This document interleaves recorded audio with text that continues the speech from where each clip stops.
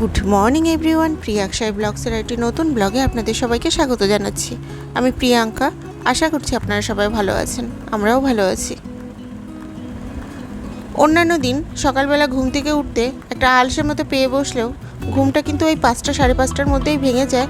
আর আমি উঠে পড়ে যখন এই ছাদে আসি মনটা বেশ চনমনে হয়ে ওঠে। কিন্তু আজকে যেটা হয়েছে একদমই ব্যতিক্রম, একদমই ভালো লাগছিল না। ঘুম ভেঙে গেছে আমার যথারীতি সময়ে, আর একটু দুর্বলতা ছিল, তার কারণ কালকে রাত্রিবেলা পিতৃবাবু ঘুমোতে ঘুমোতে অনেক রাত করেছে, আর শেষে আমি হাল ছেড়ে দিয়েছি। অন্যান্য দিন রাত্রিবেলা ওকে আমি ঘুম পাড়াই, তো কালকে না আর কোনোরকমভাবে ওকে জব্দ করতে পারছিলাম না। তারপর একবার মা নিচ্ছিল, একবার আমি নিচ্ছিলাম, এই করে করে অনেক কষ্টে ঘুম পাড়িয়েছে, মাই ঘুম পাড়িয়েছে, আমি আর শেষ পেশ পারিনি। তো আজকে সকালবেলা একদমই ঘুম থেকে উঠতে ইচ্ছে হচ্ছিল না, খুব কষ্ট হচ্ছিল। আর এই ছাদে আসার পরে না, সত্যি কথা বলি, মনটা না আরও খারাপ হয়ে গেল। কেমন জানি চারপাশে একটা স্যাঁতস্যাঁতে পরিবেশ, এত বৃষ্টি হচ্ছে, এই রোদ উঠছে, এই বৃষ্টি পড়ছে। রোদ মানে ওই নামে মাত্র রোদ উঠছে, একটু মেঘলা মেঘলাই থাকছে ওয়েদারটা, আর যার কারণে একটা ভ্যাপসা গরম সবসময় থাকছে। আর যদিও ভাই আগের যে জ্বালা পোড়া যে গরমটা ছিল সেটা নেই, কিন্তু কেমন একটা ভ্যাপসা ভ্যাপসা গরম। আর কেমন না, মানে চারপাশটা না মনে হয় কি পচে পচে গেছে, এরকম মনে হচ্ছে।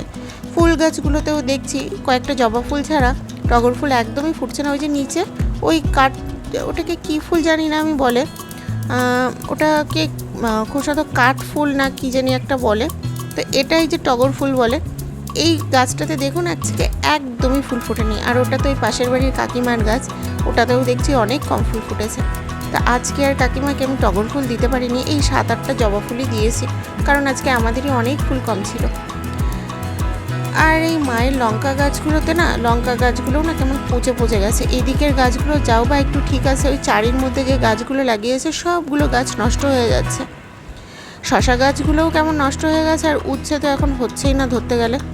আর এই যে আজকে এই নামে মাত্র কয়েকটা ফুলই ফুটেছে, তো এখান থেকেই পাশের বাড়ির কাকিমাকে কয়েকটা দিয়েছি আর আমি রেখেছি। ফুলগুলো এই সময়টা ফোটে না, তো সেই কারণে বোঝা যায় না। আর এই যে ফুলের ঝুড়িটা, এটা কালকে মা রেখেছে। আমাদের এখানে এই হরেক মালের দোকান এসেছিল বাড়িতে, তার কাছ থেকে রেখেছে। মা আমাকে আগেই বলেছিল মেলাতে যখন গেছিলাম যে ওখান থেকে নিয়ে আসিস। এর আগে একবার আমরা বাসন্তী পুজোর মেলাতে গেছিলাম, তাও মোটামুটি অনেক বছর আগে, মনে হয় খুব সম্ভবত 5-6 বছর আগে তো হবেই।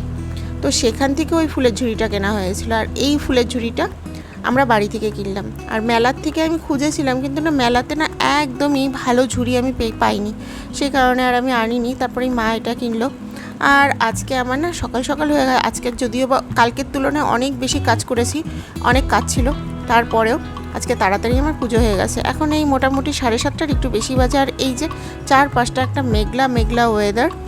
আর যদিও বা এই 1-2 মিনিটের মধ্যেই কিন্তু আবার রোদ উঠে গেছিলো। আর চারপাশটা দেখছেন তো কীরকম ভেজা, পুরো ছাদটা ভেজা, জলে থই থই করছিল। আর এই 1-2 মিনিট পরেই রোদ উঠে গেছিলো। আমি সুন্দর মতো যে জামা কাপড়গুলো সব রোদে ছাদে নেড়ে আসলাম।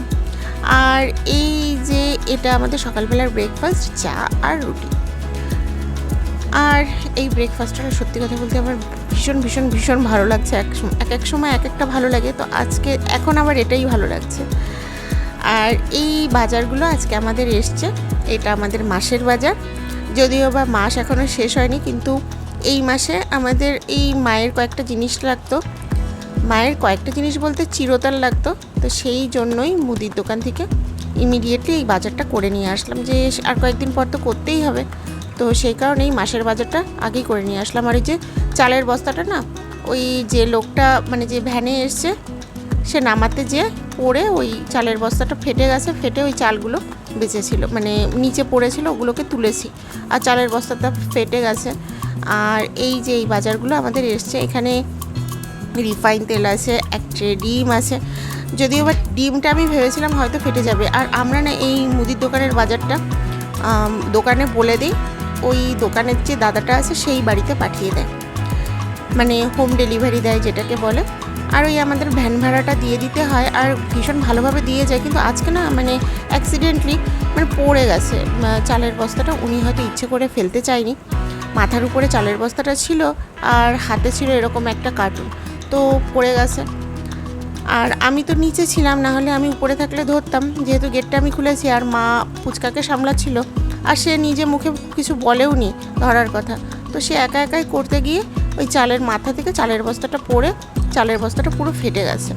তো যাই হোক, ড্রাম আছে, বড় চাপ নেই। আর এই চাউমিনগুলো দিয়েছে, আমি কিন্তু এই চাউমিনের কথা একদম বলিনি, কেন যে এই চাউমিনগুলো দিয়েছে। পরে দেখলাম যে আমি সেমই দিতে বলেছিলাম, কিন্তু সেটা দেয়নি। তো সেটার পরিবর্তে এই চাউমিনটা দিয়ে দিয়েছে। আমার আবার কালকে বাজারে যেতে হবে, আর ওই সেমাইগুলোকে নিয়ে আসতে হবে, আর এগুলোকে রিটার্ন দিয়ে আসতে হবে। আর এই এখানে রিফাইন তেল ছিল, তারপর এখানে সর্ষের তেল ছিল, ম্যাগি ছিল, মায়ের সুগার ফ্রি ছিল, মুসুর ডাল ছিল, চিনি ছিল, এগুলোই মাসের বাজার আমাদের। আর আজকে আমাদের দুপুরবেলায় লাঞ্চে ছিল এটা খুব সুন্দর ঝিঙ্গা। ঝিঙ্গা এমনি নর্মালি যেটাকে রান্না করে সেটাই করেছে। আর ছিল তেলকুই।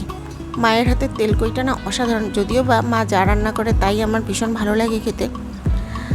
আর এটা আমাদের সন্ধেবেলার টিফিন, চা আর বিস্কিট। আর যাই হোক, আজকে তাহলে এ পর্যন্তই রাখছি। আমার এই চ্যানেলটিকে আপনারা অবশ্যই সাবস্ক্রাইব করবেন, আর ভিডিওটি ভালো লেগে থাকলে অবশ্যই একটি লাইক করে দেবেন। সবাই ভালো থাকবেন, সুস্থ থাকবেন। আবার কথা হবে একটি নতুন ব্লগে, ততক্ষণের জন্য টাটা। আর এই বেকারির বিস্কিটগুলো না একদম ভালো হয়নি, একদম বাজে খেতে। সে কারণে এবার মুদির দোকান থেকেই বিস্কিট নিয়েছি, যদিও বা প্রত্যেক মাসে কিন্তু নেই না, এই মাসেই মুদির দোকান থেকে বিস্কিটটা নিয়েছি। আর এই বেকারি থেকে আপাতত কিছুদিন বিস্কিট নেব না।